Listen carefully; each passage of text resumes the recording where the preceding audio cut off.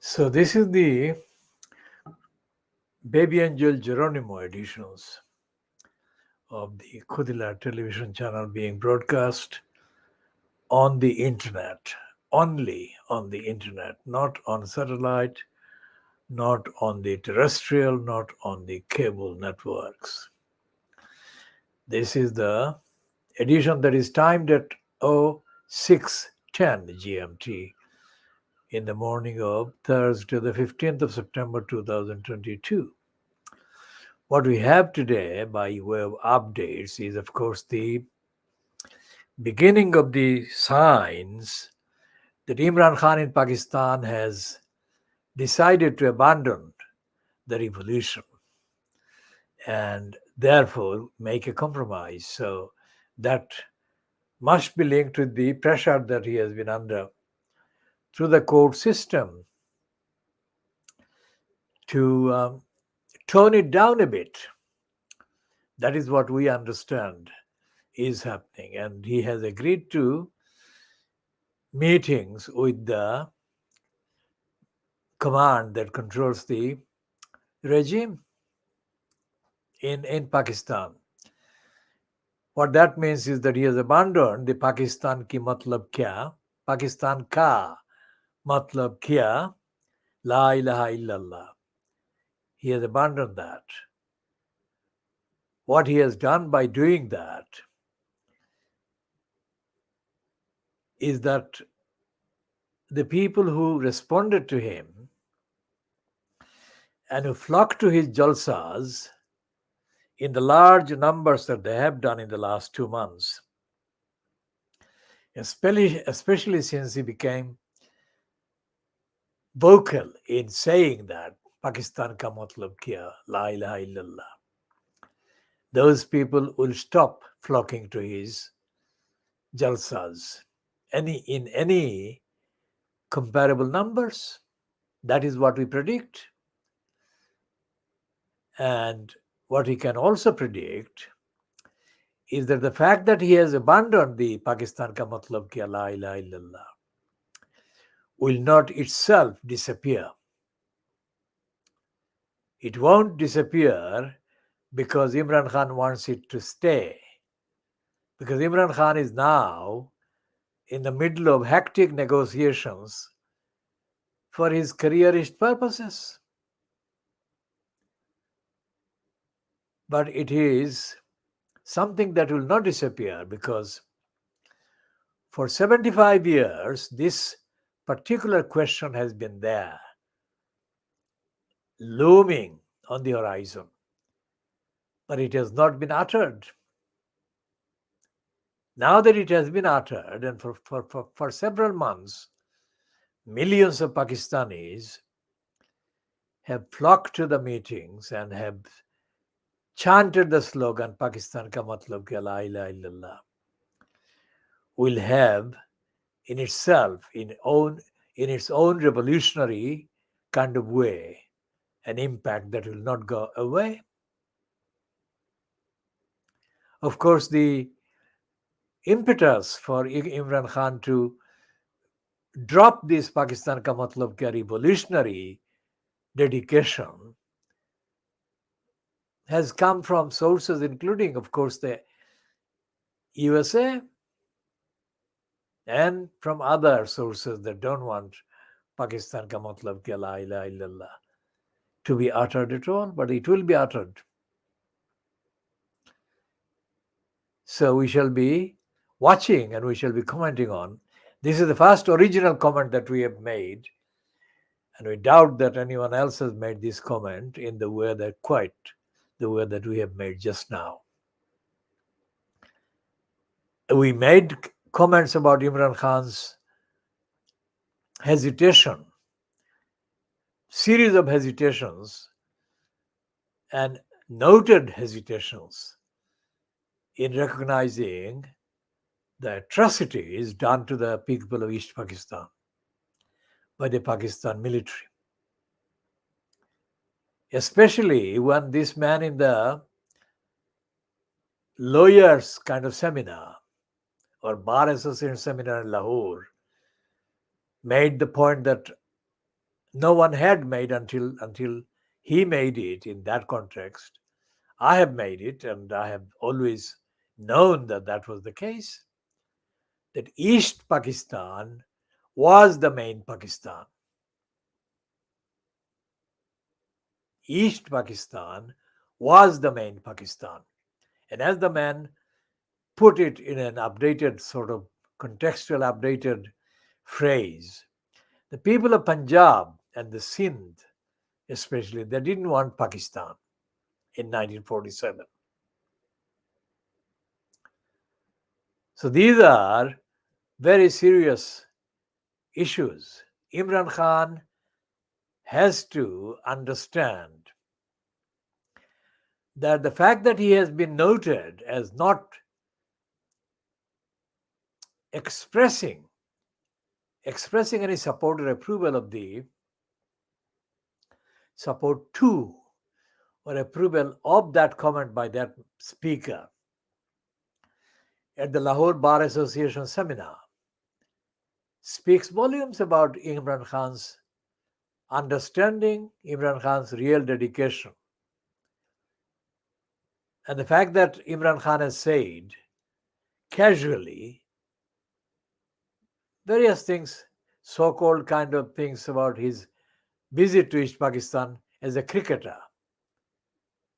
I mean, his visit to East Pakistan as a cricketer pales into absolute nothingness as compared to the massacres of people in East Pakistan, as compared to the rapes of people in East Pakistan. How does Imran Khan think? I mean, this is infantile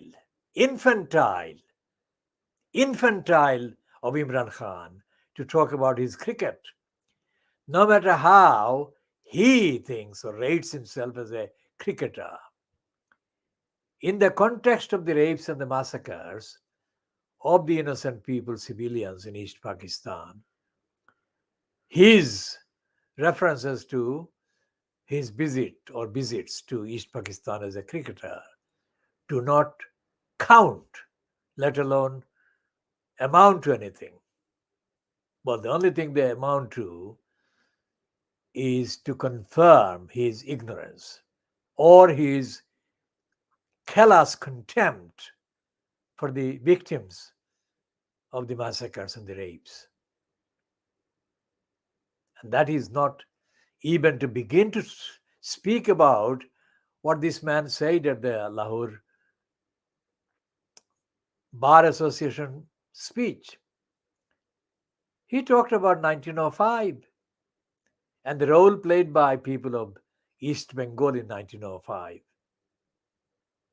That is momentous. That is phenomenal. That is absolutely phenomenal. The shape of India, the Republic of India today, and the Republic of India since 1947 would have been completely different had it not been for the people of East Pakistan. 1905, several things happened in 1905.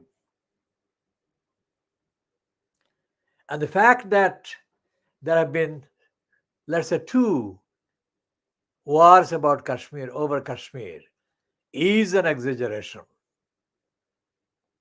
Because the wars have taken place, but the wars have not taken place really to settle the issues about Kashmir and the future of Kashmir. And successive regimes in Pakistan, the West Pakistan now, for the last 52 years, successive regimes in West Pakistan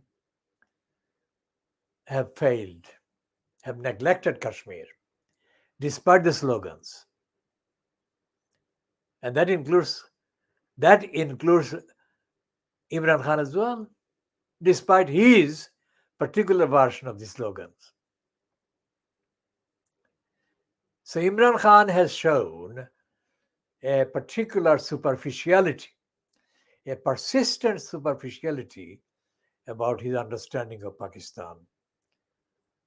Pakistan, both before 1947, the movement, since 1947 and up to the 16th of December 1971. One of the speakers said, that it was 16th of December 1970. That was a serious error, and nobody mentioned that. Nobody pointed that out. Not even Sami Ibrahimi or Sami Ibrahim, the presenter that keeps appearing on the particular Bold channel. Now, Sami Ibrahimi or says or comes across as if he knows his stuff, but he doesn't know his stuff seriously enough, or at least he doesn't care about what happened to East Pakistan. Because as I know,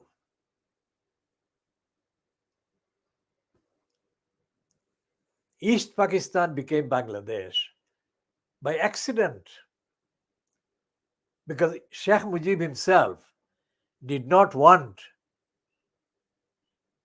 East Pakistan to become Bangladesh. Really. Because that happened because of the behavior of Zulfikar Ali Bhutto and his gang.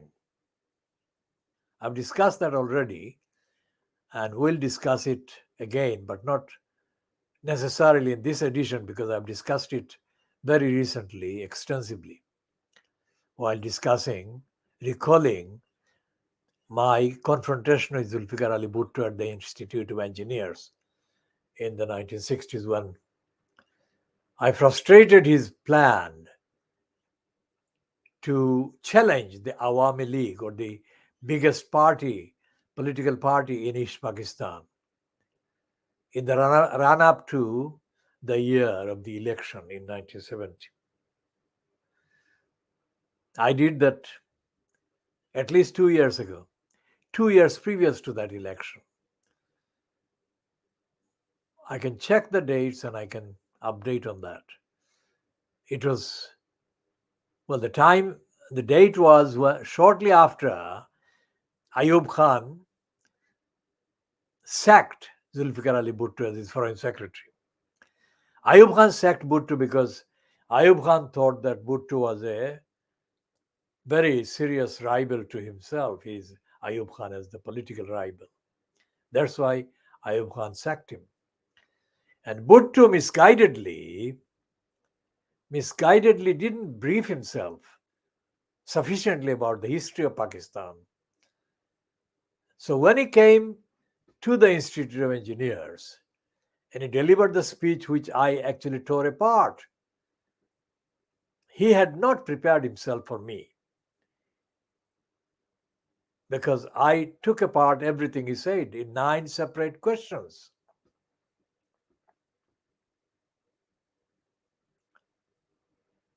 So had Bhutto been prepared for the whole of Pakistan himself, then he would have delivered a different speech. He didn't. He came across as an alien, as a foreigner, as somebody who didn't belong to East Pakistan, or didn't belong to the whole of Pakistan, and who didn't care, who didn't respect the whole of Pakistan. That's what he came across as.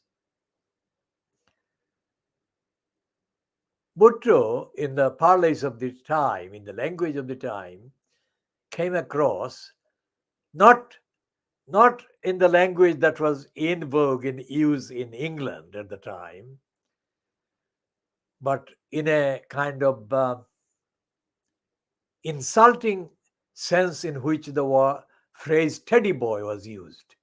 Teddy boy was used in Pakistan, or East Pakistan, in the 1960s, as somebody who showed off. The Bhutto, when he appeared on that stage at the Institute of Engineers in Dhaka, appeared as a show off, as somebody who didn't have a care in the world. And he thought that he had the whole audience already in his bag.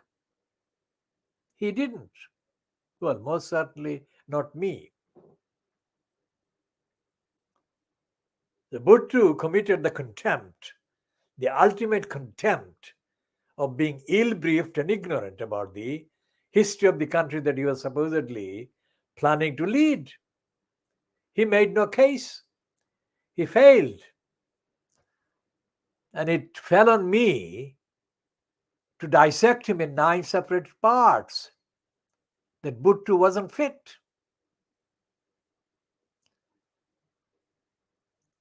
So when Imran Khan refers to what Ziaul Haq did to Bhutto in the final days of Bhutto's life, Imran Khan owes a duty to history, duty to the people, duty to the truth to say contextually what were the things that Ziaul Haq did to Bhutto,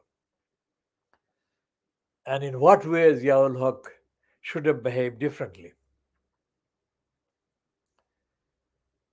and how Imran Khan rates Ziaul Haq in post in Pakistan before he himself was killed in that accident, so-called air accident.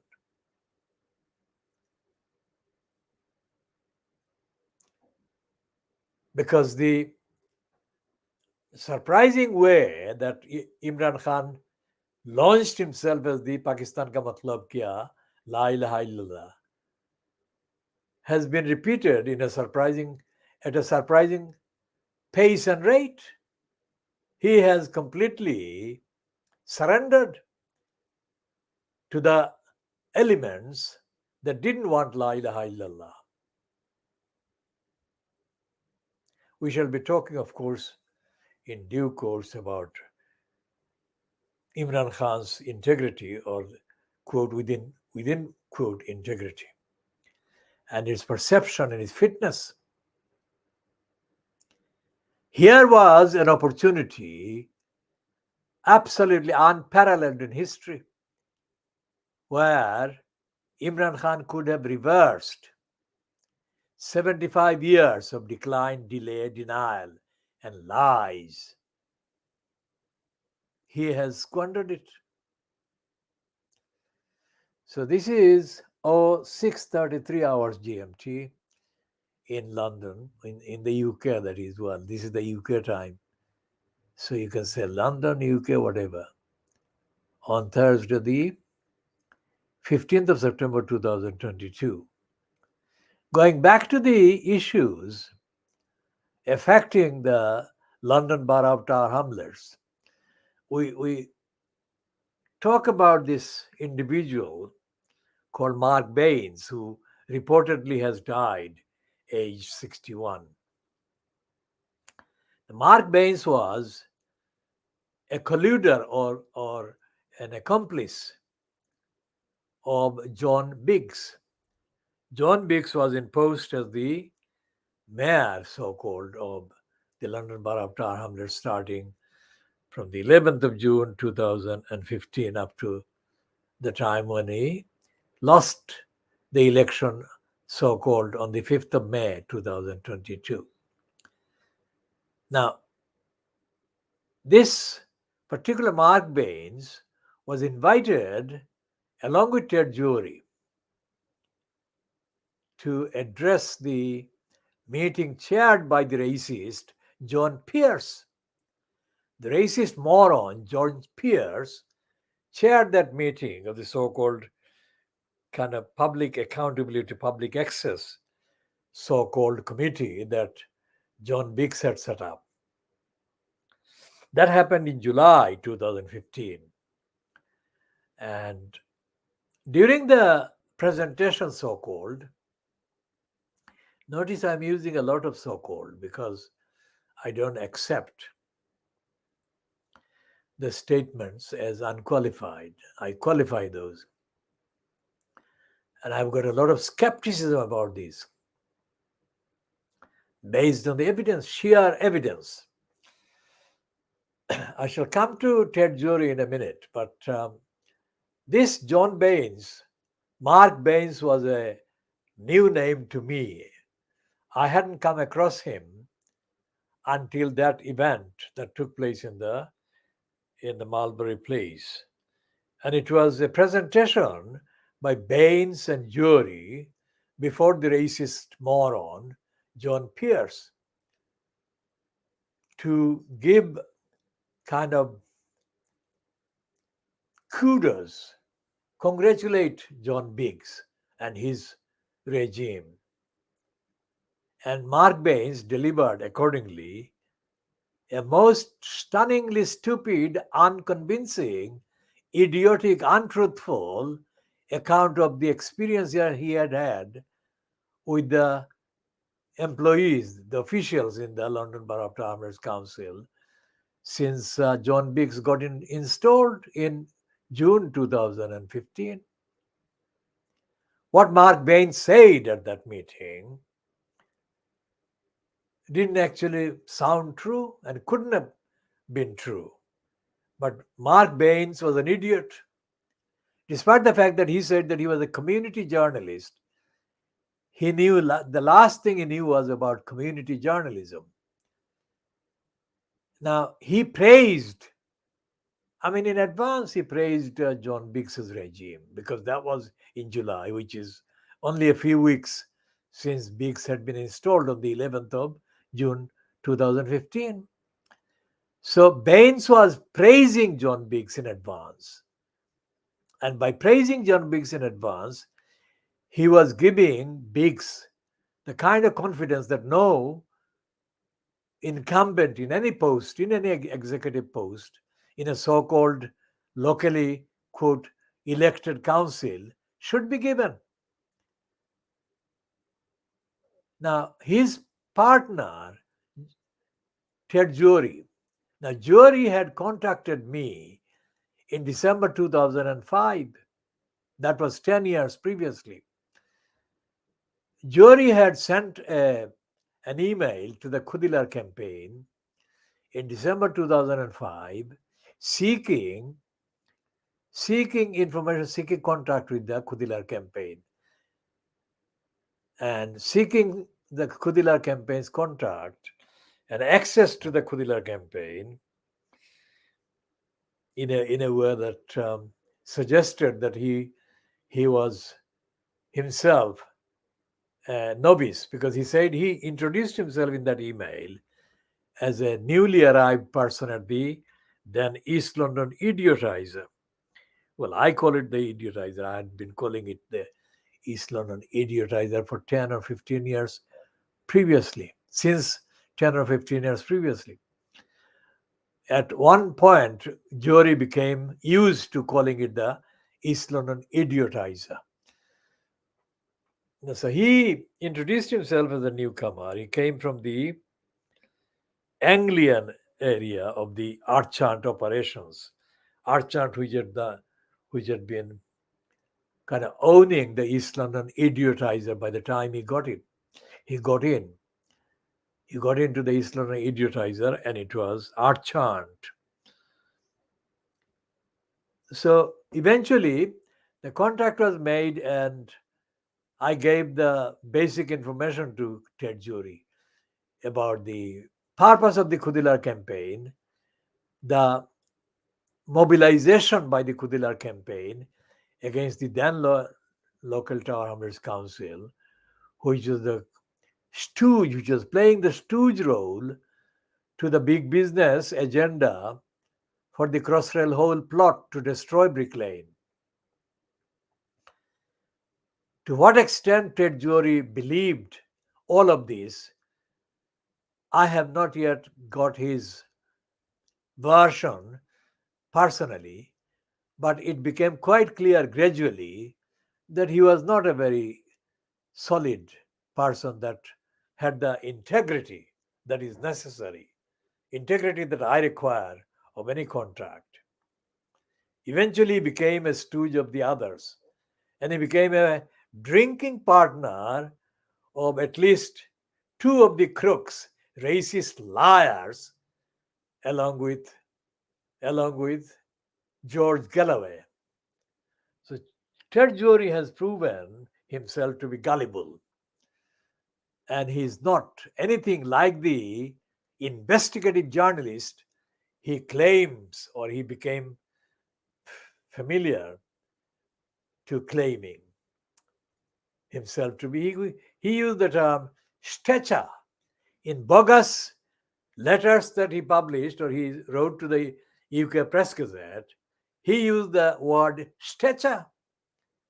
Ted Jury has no stature, never had, not on the basis of the evidence that he knew existed, but evidence that he denied the existence of. Ted Jury then became, in his careerist kind of approach, quite personally engaged against one of the employees in the London Borough of Towns Council is as a PR man, who then kind of retaliated against Ted Jury by having him physically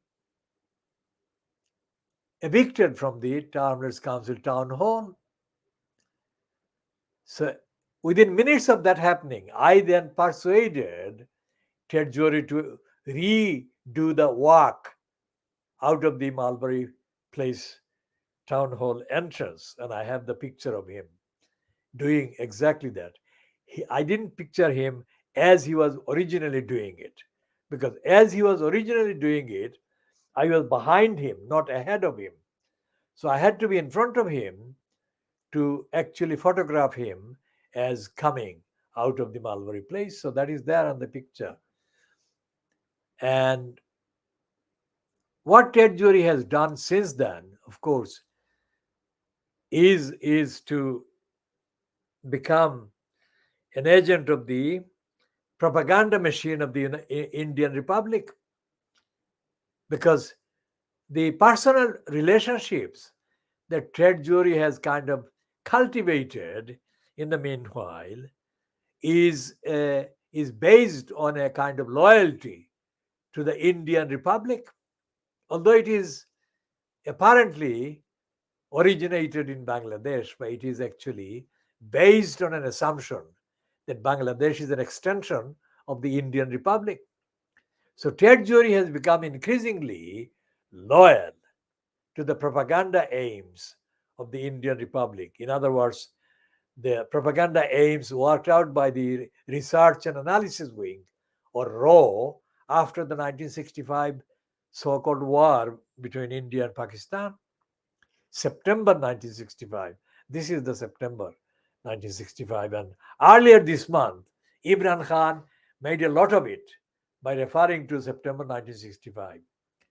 But as I have said earlier in this particular commentary, Imran Khan has begun to retreat from the Pakistan ka matlab kya, la ilaha illallah. So Ted Jury pretended to be an investigative journalist. And the one thing that he has failed to do is to investigate Tower Hamlets' corruption. What he has published is gossip, and the gossip is based on racist prejudice against the Muslim kind of composition of the population in Tower Hamlets. And Ted Jury is a source, a published source of reference that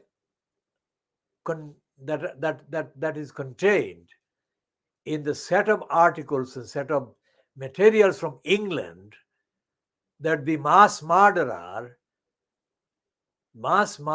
used in Europe. So although he is a shallow individual, his shallowness has contributed to the inspiration.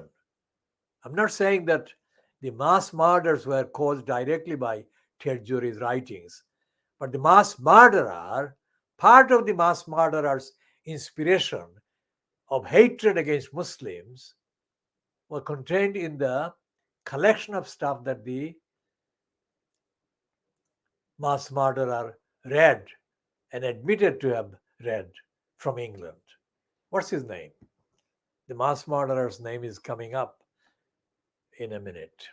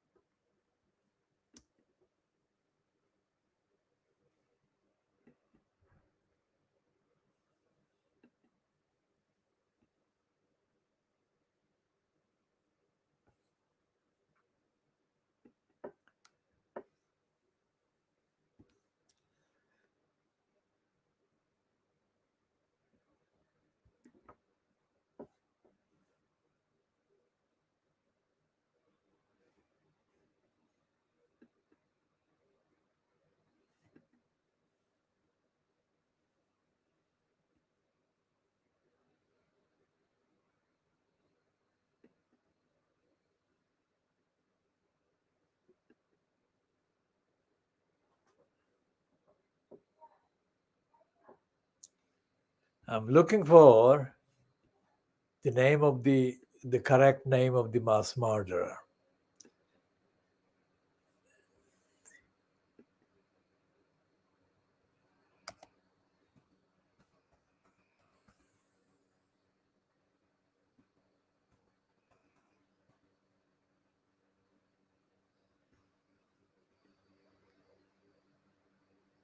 So this murderer's name is Anders Behring Breivik. This is the one that committed the mass murders.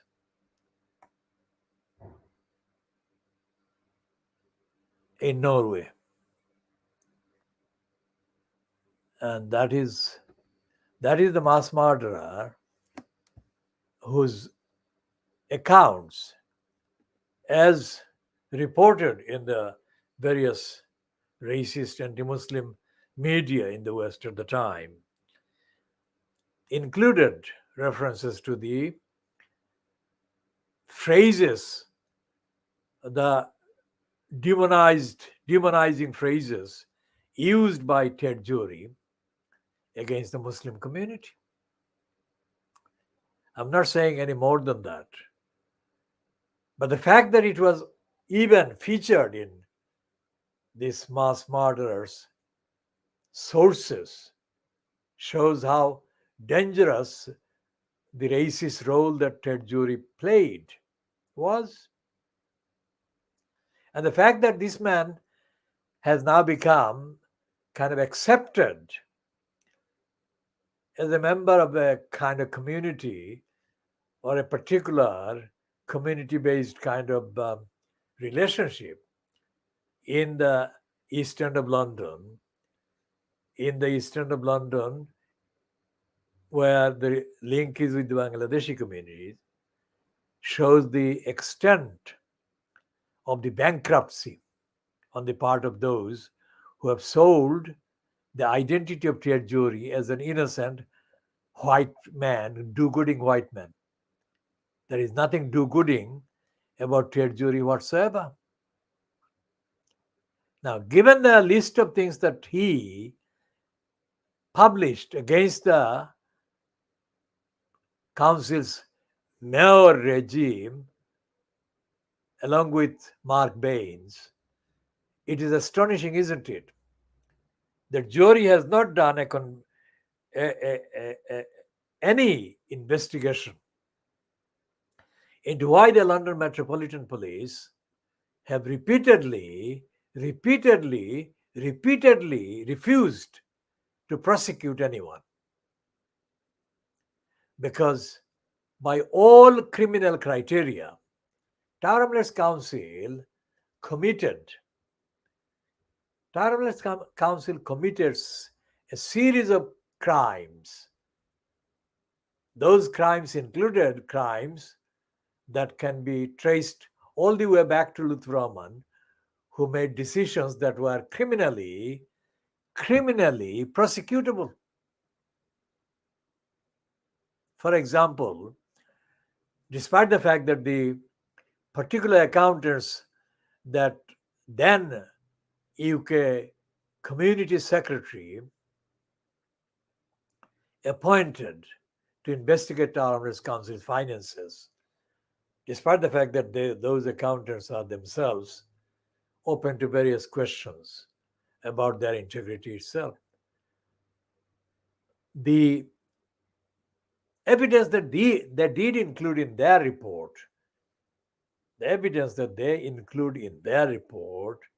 was enough to warrant serious police investigation. Ted Jury strangely remained and remains to this day silent about why the Metropolitan Police did not prosecute anyone. Well, that anyone includes Luther Rahman, but it's not confined to or limited to only Luther Rahman.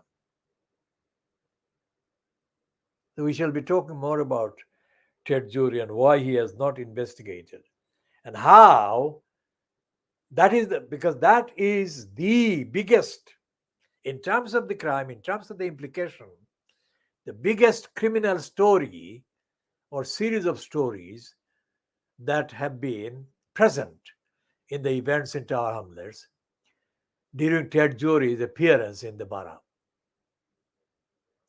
and during Ted Jury's exploitation of his links with the East End. He has persistently exaggerated himself as the definitive journalist from East London. He is no such thing. He's a racist and he's a liar. He has published stuff about the East End of London that have been suited to the agenda of his racist, lying partnership or colleagues. That is a world of difference from telling the truth about what's been happening in Tower Hamlets. And Mark Baines was as bad, despite the fact that he has in his so-called kind of community journalism period published titillating headlines about Lutfur Rahman. He has not told the truth about Lutfur Rahman, not by a long chalk. So where is the journalism? In the Guardian? The Guardian has been complicit with the corrupt regime that Lutfur Rahman fronted in Tower Hamlets for 6 years, including Guardian's so-called editor, Alan Rabisha, and Alan Rabisha's wife, Lindsay McKee. Sadly, I know these people, and my knowledge of these people dates way back from before anyone ever would have heard of a name called Lutfur Rahman. The only name that I didn't know from the Guardian cabal colluding with Lutfur Rahman was, of course, Giles Fraser. Giles Fraser is a crook who exploited his former connection with the St. Paul's Cathedral.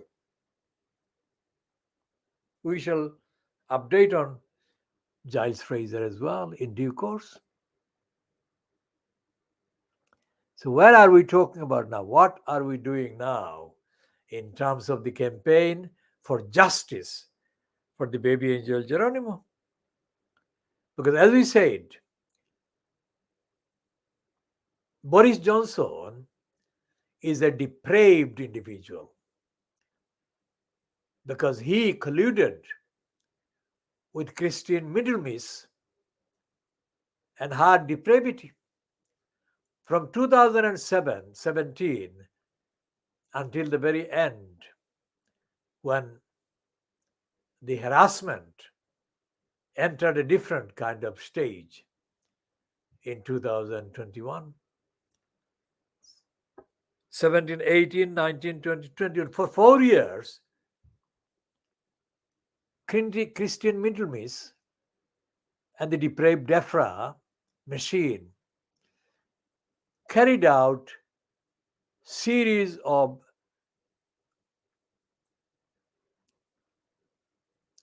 defamation, demonization, and lying against the baby angel Geronimo.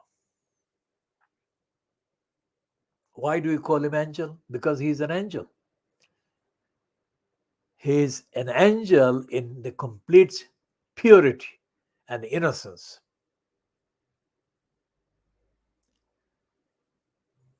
Nothing that either Rishi Sunak or Liz Truss has said about anything that they would do if either of them got into the post as, quote, Prime Minister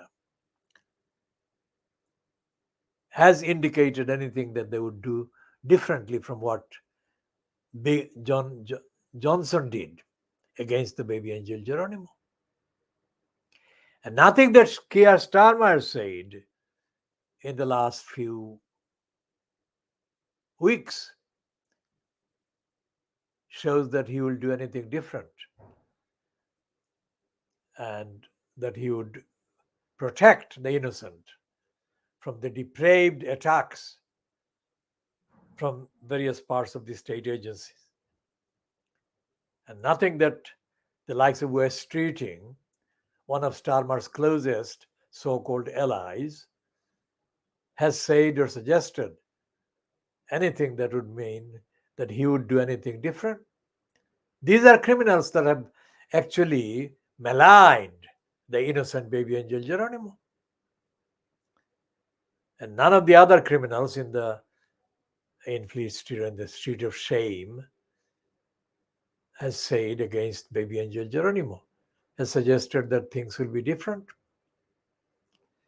We bring in the reference to the attack on the innocent baby bulls by the Spanish morons and murderers and the Turkish counterparts and other countries' counterparts. Cruelty and torturing of innocent beings must be brought an end to with no condition attached, absolutely immediately. And baby angel Geronimo will bring an end to the cruelty being done against beings. We shall continue that. So that is our banner. Baby angel Geronimo is our banner. There has been no indication in Tower Hamlets, and by in Tower Hamlets I refer to the corrupt, crooked, lying, careerist, quote, leaders, community leaders. These morons now have got a platform, or at least some platforms on the Facebook and so on, where they exchange banalities and stupidities. They congratulate one another for the most stupidest of things. And I shall list the congratulation that they exchange with one another. Now, for these morons to have any claim that they understand, let alone have the courage to implement any program of resistance against racism, is ridiculously inappropriate and unacceptably unsuitable claim to make. For example, a racist called Peter Golds. Peter Golds is a racist from the Conservative Party. And Peter Golds is a racist whom Ted Jury has praised. Ted Jury has praised Peter Golds as being so deeply embedded in the center of the Conservative Party's establishment that it is beyond the intellectual capacity of ordinary men and women to understand the gravity of and the seriousness of and the importance of and the power of. Yes? So how is it that Peter Golds keeps saying he is surprised that the Metropolitan Police have not prosecuted the crooks in Tower Hamlets Council? Why is he surprised? Can he not have exerted one of his secret weapons inside the Conservative establishment to set in motion the prosecution of the criminals in Tower Hamlets Council? And why is it that John Biggs is being silent about the lack of prosecution of the crooks in Tower Hamlets Council? One of the banal statements made about John Biggs was made by a kind of alleged journalist doing a kind of alleged program, a similar kind of outlet.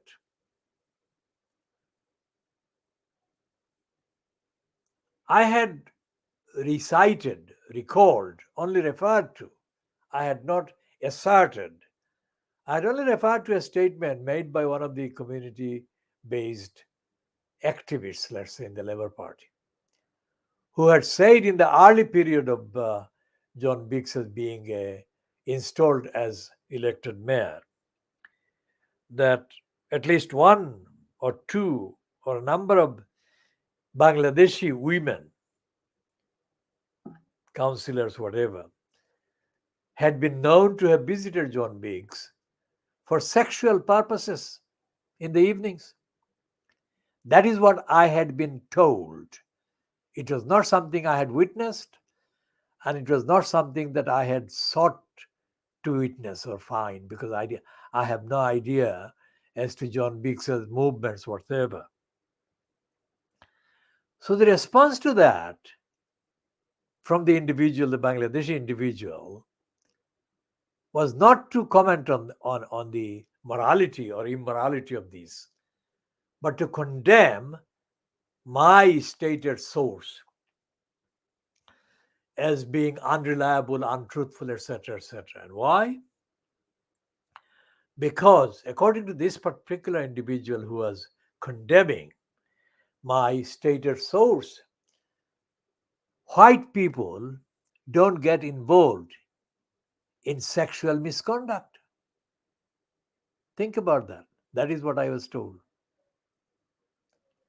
Meaning that white people have higher sexual morality than, by implication, quote, the Bangladeshis. Yes? Now, white people, of course, include the just departed Boris Johnson, departed from the office of Prime Minister. Now, how many cases of sexual misconduct can be found against Boris Johnson? Scores. So, who is Boris Johnson? Because the person who said that to me is married, or at least was married officially, to a woman who had published on the internet a photograph of herself standing next to Boris Johnson and saying words to the effect that she was proud of Boris Johnson. This is a matter of record. She was proud of Boris Johnson. Now, had she not known that Boris Johnson was a completely sexually abusing, adulterous, serially adulterous, lying, so and so. And if she knew that, how could she say that she was proud of him? What had Boris Johnson done to a Bangladeshi woman for this Bangladeshi woman to be proud of Boris Johnson? For heaven's sake.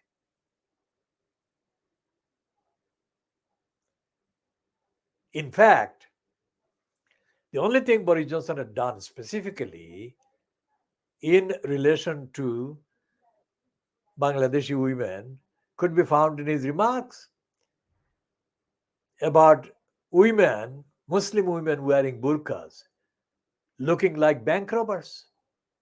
Is that something that this woman was proud of about Boris Johnson? How many Bangladeshi persons would this woman find in the community in East London who would agree with her that she was proud of Boris Johnson? What was there? What has been there in the doings of Boris Johnson for anyone in the ordinary population to be proud of him about, let alone a Bangladeshi allegedly, quote, Muslim woman to be proud about Boris Johnson?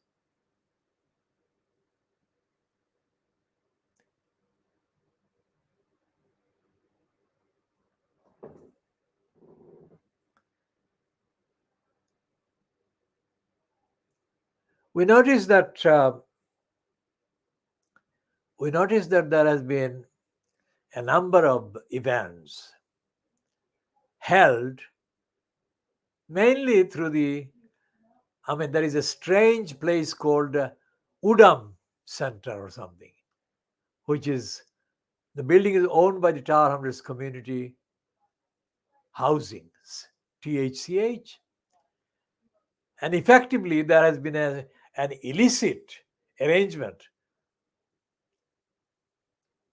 for its use or abuse, for holding events attended mainly at the highest number on average by people not more than 10 persons. One of the events that I attended in August 2019, I think, has been already discussed, and I shall be updating on that. And that was allegedly held on the basis of some kind of abuse done to Bangladeshis somewhere. Now, almost all the topics that can be found in the public domain about UK Bangladeshis being mistreated by let's say, the employees or decision makers or controllers or operatives in either Bangladesh ports of entry, let's say Bangladesh airport in Dhaka, which is dishonestly named after the saint. And it was originally Tezgao Airport, as I know it, or the Sylhet Airport, which is opportunistically named after Colonel Usmani. I shall talk about Colonel Usmani in the political context in due course, because I challenge those who create the fantasy that Colonel Usmani was a political figure. He was not a political figure. Usmani was somebody that I paid my tributes to in relation to his family, his parents, and his upbringing, etc. But to call him a political figure, let alone political giant, is to tell a lie. During his lifetime, Usmani didn't do anything. Usmani didn't do anything that actually made the mark about challenging the corruption in Bangladesh, the abuse, and so on. And most certainly didn't talk about why he wasn't present. He wasn't present on the 16th of December 1971 when the Pakistani generals led by A.K. Niazi surrendered to his Indian counterparts. What did Usmani have to say? So if he wasn't present, does it mean that he was the leader of the Mukti Bahini? What an absurd contradiction. Why didn't he assert the truth and say that effectively he, along with his command, so called, was effectively demobbed by the Indians? Why didn't he say that? And if he didn't say that, what was it that he did say that amounted to an important political statement by Usmani in post 1971 period?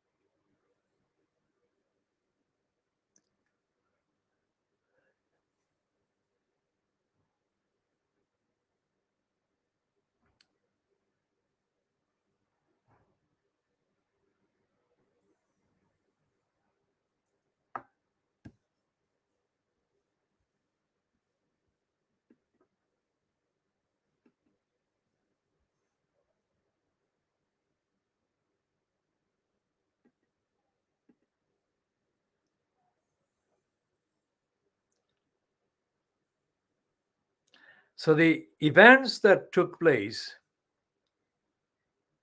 in August, or the particular event that took place in August 2019 at the Udam Center, owned by the crooks of the Tar Hamlets community housing, who have had an illicit arrangement for the abuse of the place in the name of the local community. That event, particular event, I attended that particular event because of either kind of fact that I was in the vicinity or out of curiosity, I attended that. But when the picture of the participants was published online, the picture of me was hidden. My photograph was hidden. I did an analysis, photographic analysis, which is online, showing where I was and how parts of my body were being seen, but not the full face. Why was that done? I asked the question, and I have not received the answer. I shall be asking the question of the person who did have his name as the organizer of the meeting as to why he did that or why my picture was hidden. Now I'm referring to this about something else. That photographic analysis that I published at the time had a picture of somebody called Mushtaq Ahmad or Mushtaq. He says his name is Mushtaq Askor. His picture is there while he was standing or he was stood speaking there.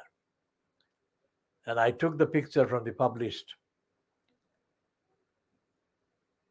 kind of items.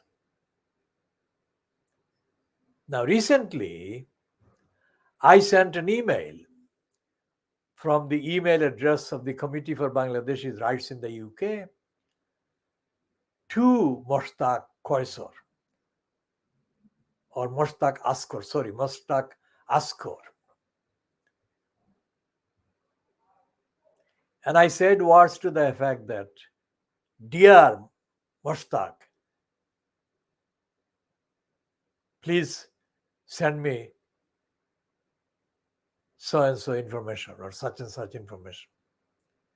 I said, "Dear Mushtaq, please." Notice what I'm saying. "Dear Mushtaq, please." So what does he do? I get an email reply saying, "Who is this?" Now, it would be understandable and acceptable if there had been no previous communications between Mushtaq Askor and this particular email address of the Committee for Bangladeshi's Rights in the UK. But that's not the case, because Mushtaq had sent emails to me to that address before. That's number one. Number two is, "Who is this?" is not a response to "Dear Mushtaq, please." If he didn't recognize, let's say genuinely didn't recognize at the moment who the email had been from, he could say, "Please say who you are." At least he could say, "Please." But he didn't. "Who is this?" is a very clear insult and a denial. Now, in 1970 in Dhaka, I was working as a correspondent for several newspapers. Remember, I'm the only one who worked for newspapers as a correspondent, leading correspondent, but I didn't seek money nor receive money. Why? As I've said before, I didn't want to get money because I would be then ordered to write something that the owners of the publication wanted me to write, and I didn't have any such intention. However, the reality was that they were in need of my work, my writing, my skills, my abilities. So they let me write without getting any money from them. Remember that? Remember this. I'm the only one on the face of the earth who has done this for 2 years, who had done this for any period at all. And neither title was owned by anyone that I was in any political way associated with whatsoever. Anyway, then I received an urgent message, from somebody from our village, the village I come from in Silot, saying to me that this individual's sister's son needed to be included in the immigration visa application so that he could be allowed to go to the UK with his mother. Why was that request made at all? Answer: because this son was not eligible. Because the date of birth that had been entered by his father, who was the sponsor in the UK, had shown that this son had actually been born well beyond the limited period that would have been allowed. That is what happened, yes? So what am I saying? I'm saying that I was asked to do something impossible. So what did I do? I did the impossible. I got the immigration irregularities converted into regularity and allowed this boy to travel with his mother as a suitably eligible migrant to join his father in the UK. Was this an act of madness on my part? It appears that it was, because this same boy then started to spread the rumor that I was mentally unstable. Only after he had been settled in the UK and thought that he was able to spread that rumor. I was not mentally unstable, I was serene, supreme, unlike his mother's father, who in the village was mentally unstable and died in a state where he was still known as the madman that he was. Is that gratitude? You know who you are, so you should apologize to me. You should apologize unconditionally, because you would not be here in the UK without me. You would have brought it somewhere else. You have not got the audacity to say anything uncomplimentary about me. Because what I did was to save you, literally, save your life. Ask your mother.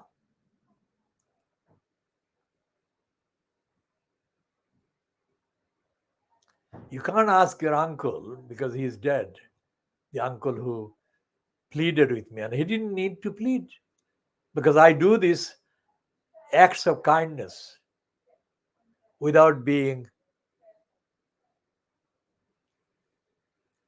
pleaded to. Okay, this is 1 hour and 8 minutes. We shall be coming to an end of this particular edition of the Khoodeelaar television channel, Baby Angel Geronimo editions, on Thursday, the 15th of September 2022.